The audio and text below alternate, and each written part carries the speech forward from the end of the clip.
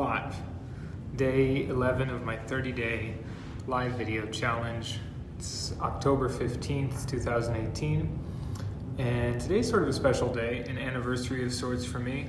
This marks 6 years since I first started traveling full-time, since I became a digital nomad.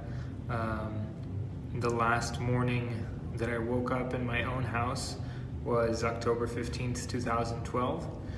And since then it's been 6 years, and I've lived in or stayed in or visited something like 121 different cities in, I think it's 41 countries during that time, something like 60 total lifetime, but 41 countries in that time on, I have to count, North America, South America, Europe, Africa, Asia, 5 continents, and in that 6 years.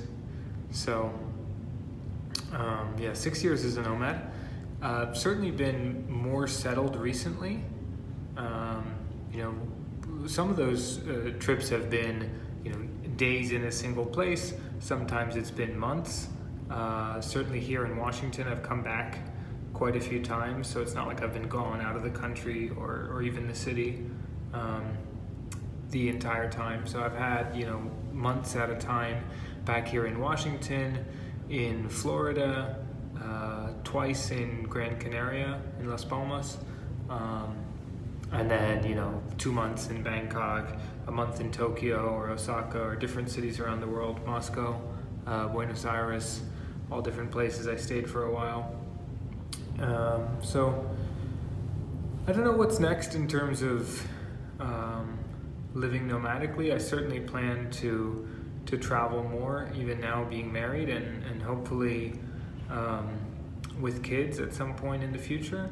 But I'm not, dying to do the kind of backpacker, a few days here, a few days there type of travel at this point. At least not on like a continuous basis. From time to time, I'd love to explore certain countries and things like that and go from city to city, but I don't want to live out of a suitcase for the rest of my life. I do think that that there is sort of like a distinction there, though, between constantly traveling versus, which I don't want to do constantly, but versus the idea of being location independent, which is very much still important to me, and having remote work, being able to work from anywhere, not being tied to one particular office, arbitrarily. It's one thing to say, I'm working on this project right now, or I have this meeting, or I enjoy spending time around these people, or working out of this space, or I'm writing a book and I have a routine. I like to wake up at this time and work from this particular coffee shop or co-working space or cabin in the woods or whatever. It's one thing to do that for a while, but that's different than, I have a 9 to 5. I'm required to go to work at this place every day, and all I get is, 2 weeks or 4 weeks or 1 month, whatever, a vacation a year. That second one certainly does not appeal to me, and I hope to never go back to something like that. And I see increasingly, even for people who don't want to necessarily travel all the time, they do want to, people in general, I see more and more, do want to live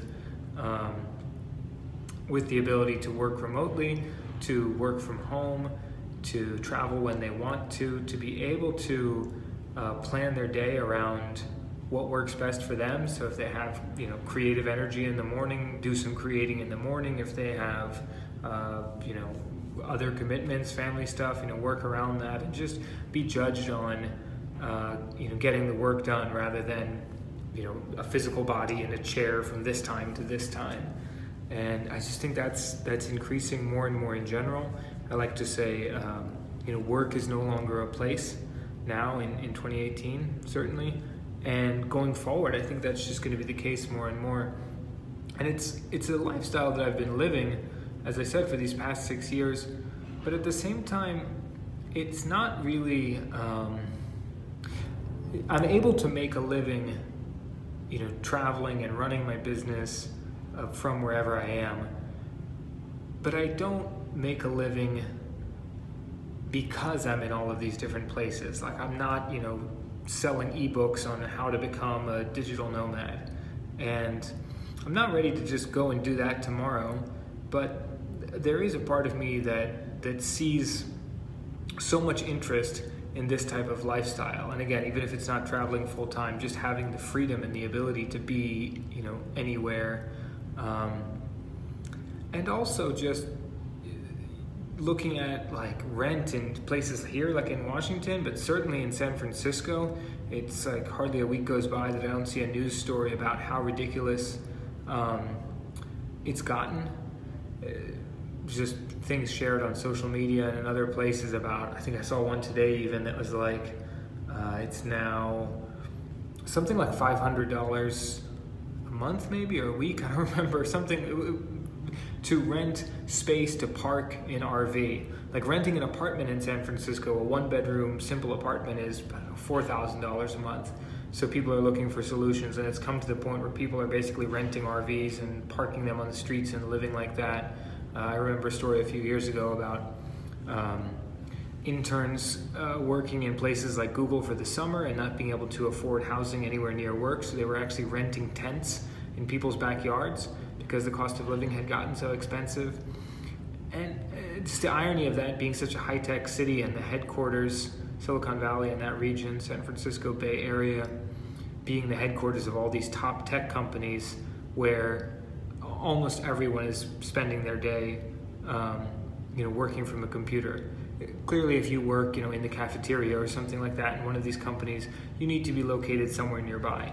But if you're a software developer or UX or UI person or a marketer or a writer or a manager or almost any other job in these companies, aside from just people's mindsets, there's really no reason why you have to be there.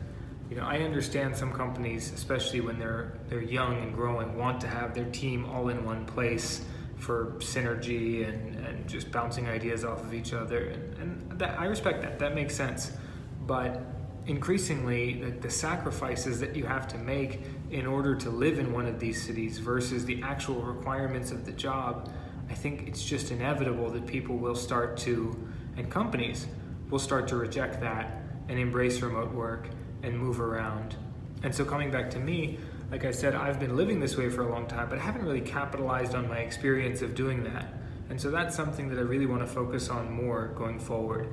And whether that takes the shape of just, making videos like this, writing that ebook that I mentioned that I haven't, offering some kind of class, doing something else. I've given a few talks, I've done some informal stuff, but again, nothing that I'm making a living off of. So something I've been thinking a lot over the last few months, and probably will continue to think about until I figure out, what the approach is for me. Like, how do I take advantage of this experience and this knowledge at a time when I see so many people are wanting to live the same way or to go remote, work remotely, try something like this. Anyway, that's my thought for today. See you tomorrow.